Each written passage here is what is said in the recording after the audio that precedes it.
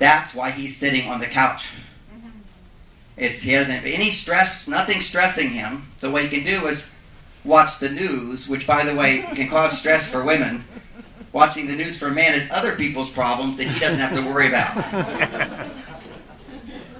So that's their problem. Well, that's their problem. So it's not his problem. It's not someone saying he's the problem. It's somebody else being the problem. So it's a non-stress environment while he's relaxing his muscles and he's rebuilding his testosterone.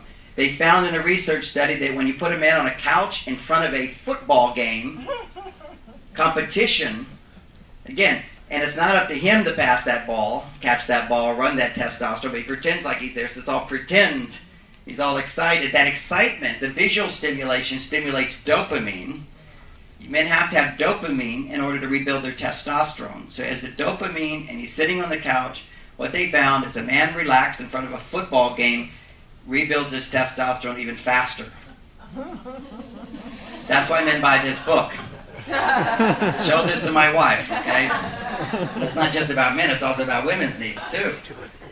But the secret to this is understand, that research was actually done in the 90s, that a man sitting in front of a TV set, relaxing his muscles, rebuilds his testosterone.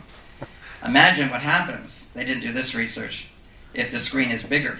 That's why the men want those bigger screen TVs. I remember when they came in, I was in the store, and they had a couch, so I thought I'd sit down and watch TV. Big screen TVs, all 10 of them there. I'd watch the men and the women come in. I'd see so many fights.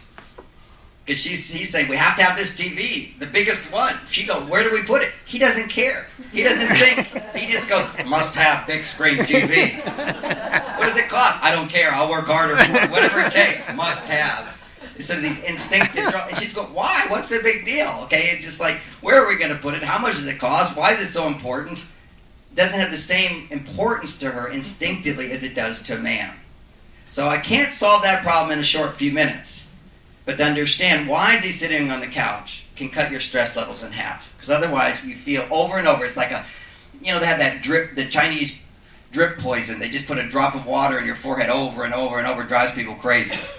It's just that drip. Why is he sitting there? Why isn't he involved? Why isn't he looking? Why isn't he does he expect me to do it all? Does he not love me? Is he giving up? He just needs to do that. As soon as a man relaxes his muscles, blood flow stops to his brain. There's nothing going on in his brain except a little bit of blood flow back here, which keeps his body temperature and digests food. It makes testosterone. That's it. Completely no activity in the brain. And for a woman, plenty of activity all over the place. So there's a dynamic in the way we're designed. You have to know is that when the sun sets, and by the way, light stimulates the production of dopamine.